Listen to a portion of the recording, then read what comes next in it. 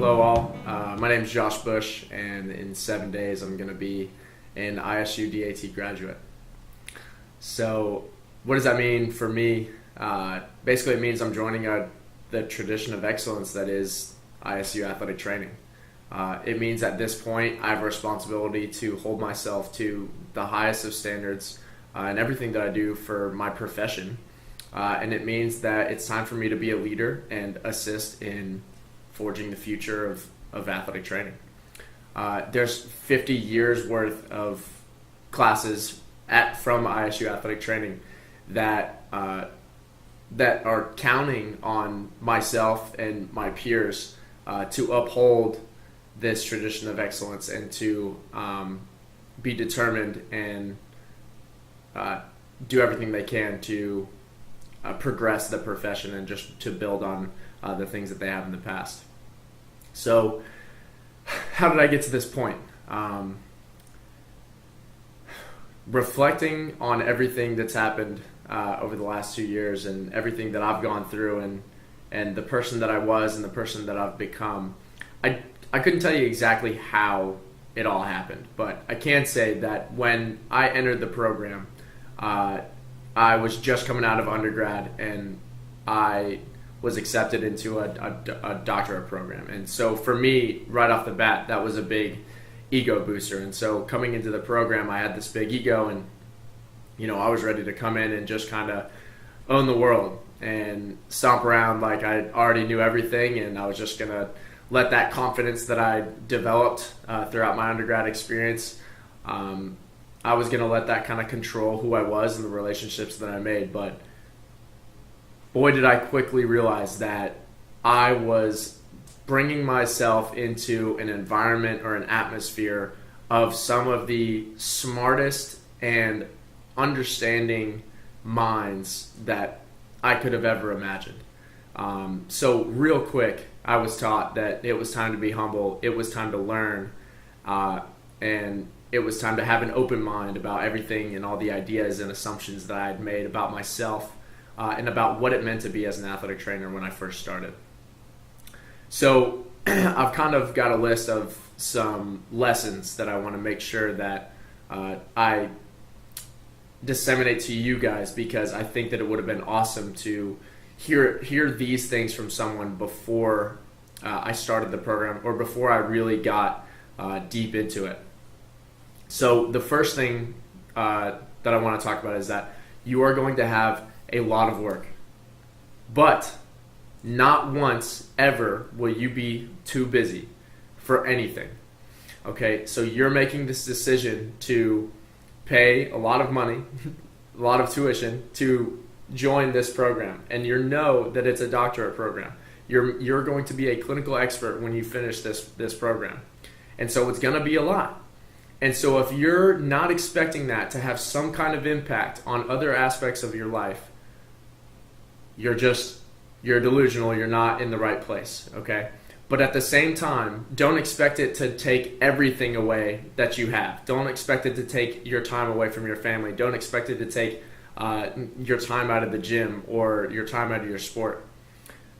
For example, for me, some of the things that were very important to me when I started was I worked out every day. I wanted to make sure I still had time for my girlfriend, my friends.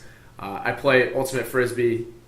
I know it sounds crazy, and I probably just discredited everything that I'm going to say in the future, but play Ultimate Frisbee on the professional level, and so that's pretty time-consuming, and those were things that I wasn't going to let an additional responsibility take away from, and it didn't.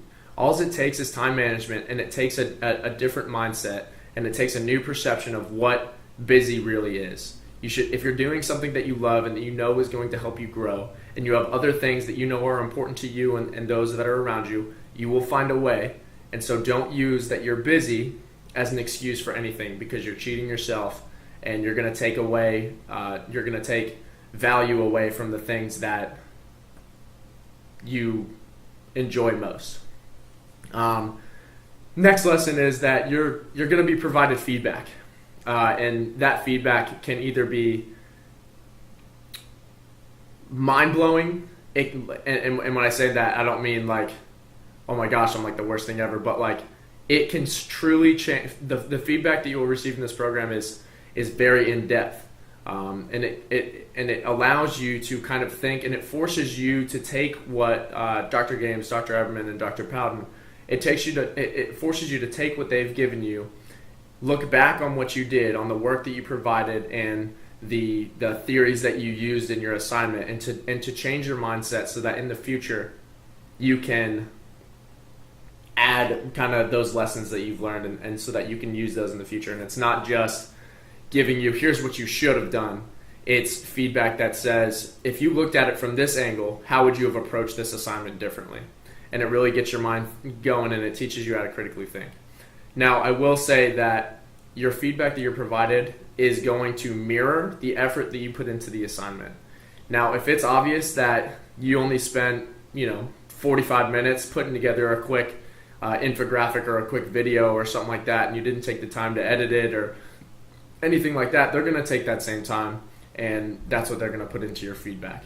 And they're going to spend more time saying, this, I know that you could have spent more time to produce higher quality work, and that's going to take away from the real meaningful feedback that you could have been provided had you taken the time and the effort and put it into this assignment or to that specific responsibility or whatever you need to be working on.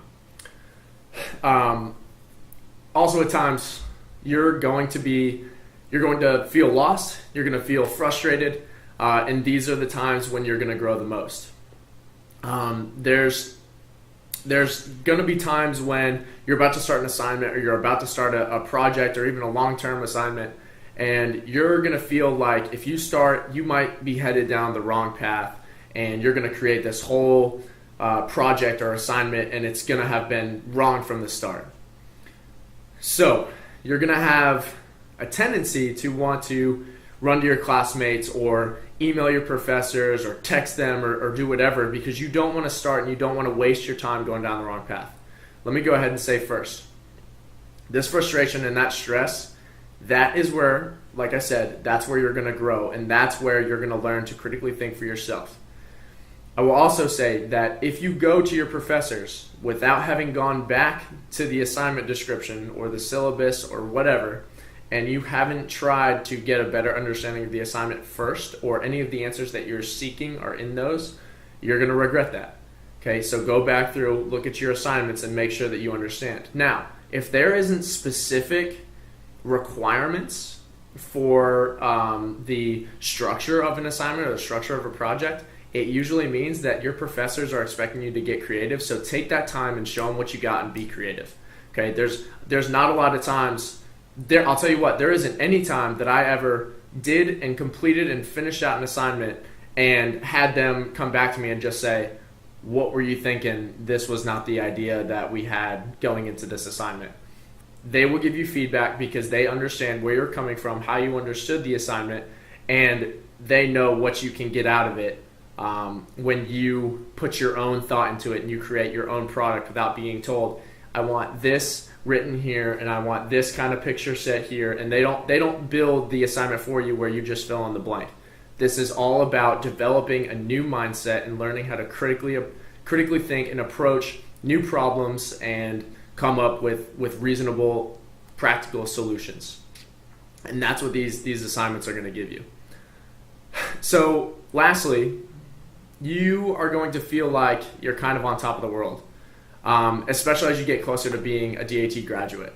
But it's important to not ever let your ego sit on the progress that you've developed in a name of making an impact on others' lives and the profession as a whole.